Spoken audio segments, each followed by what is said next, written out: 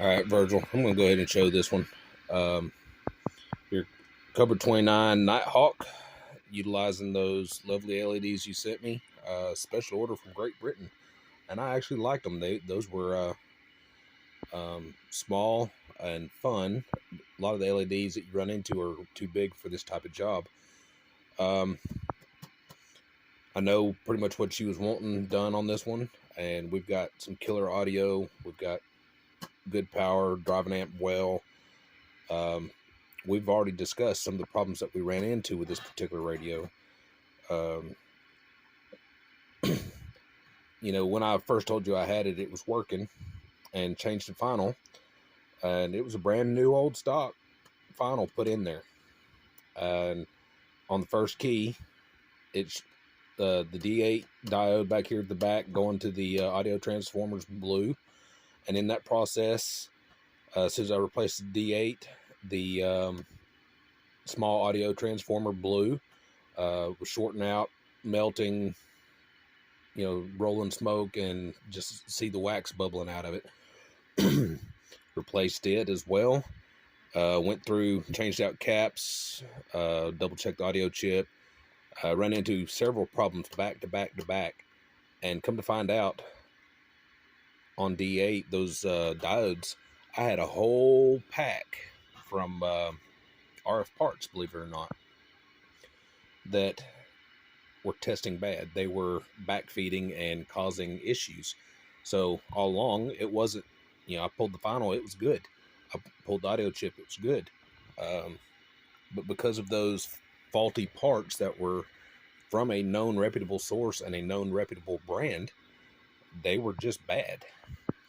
So that being said, you know, got your blue LEDs in the channel. Of course, it's a slightly different color than these LEDs that you sent me, but looks better than the green did for sure. Watt and a half key. Audio check. Superstar hand mic. All right. Audio check. Audio check. She gets on up to about 30. Did a lot of audio upgrades on there. I think instead of seeing what the meter's doing, just listening to it does more good. Hello. Audio check. Test 1, 2, 3, 4. Test 1, 2, 3, 4. Eagle eye waving. There you go, bud. I hope you enjoy this one.